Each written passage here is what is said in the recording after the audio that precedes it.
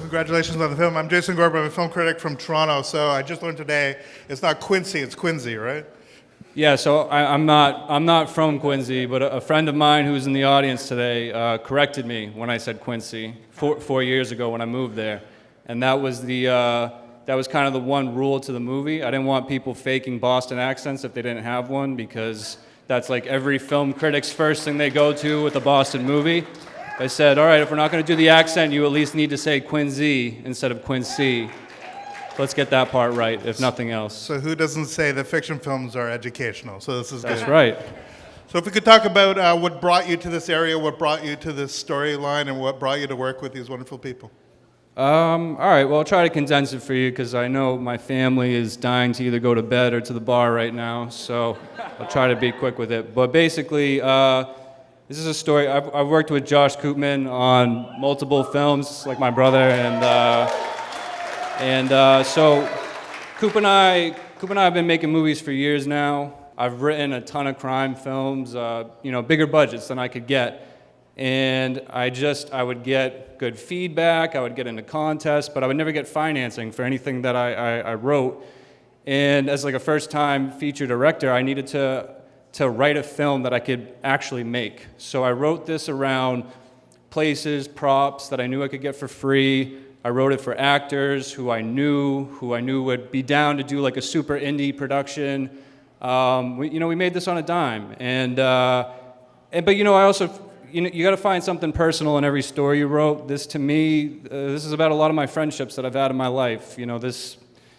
Nothing this drastic, obviously. It's a movie. The stakes are a little bit higher than real life. But, I've had relationships in my life where maybe I felt like Sean, and I have some wild people who were kind of my Jimmy. So, yeah, that's pretty much it. Were there specific movies that you actually drew on for inspiration in order not only just to tell the narrative, but also to tell a story of this scope in this way?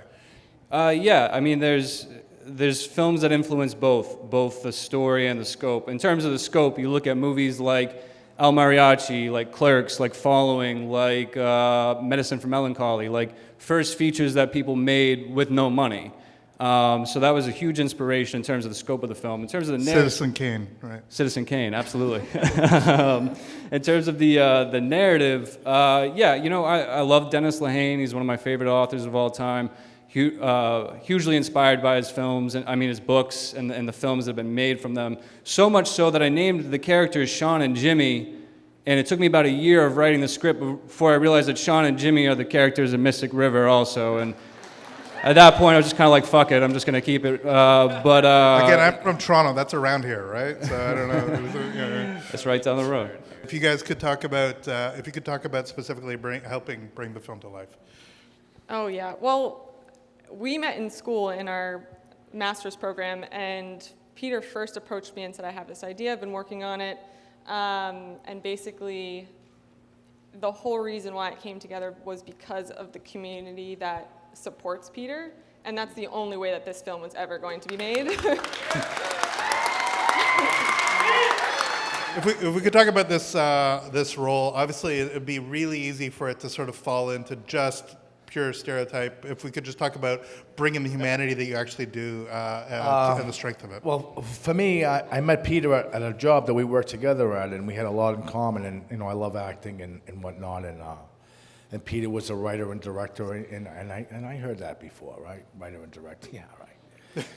So Pete tells me this, and then he does that. And then he tells me that, and then he does this, and it just keeps going forward and up until it comes to where we are right now. He's the only person I ever met in my life that said exactly what he was going to do, and he did it every single step of the way.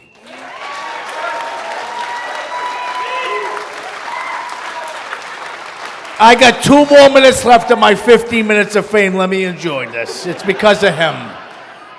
He wrote a part for me, and he told me he made it easy for me. Samantha and everybody I worked with, they made me look good. I didn't do anything. They did it all for me. I looked at him. I watched the movie so many times on the QT. I feel like he is that guy. And then I meet him, and he's really nice and really cool and really respectful and really reserved. But the character, that's how good of an actor he is. What he did on that screen is not who he is at all.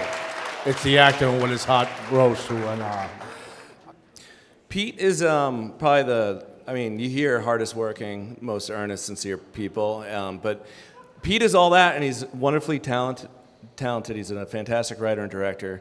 I'm going to keep talking until he blushes. But the one thing I said the other day that is true about Pete, that I meant it when I said it, just like I do now, but he does this thing with anyone on set.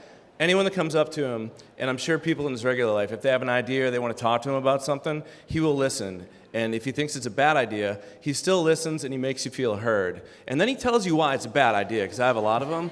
But the fact that he considers that, that's a tribute to what makes Pete so great.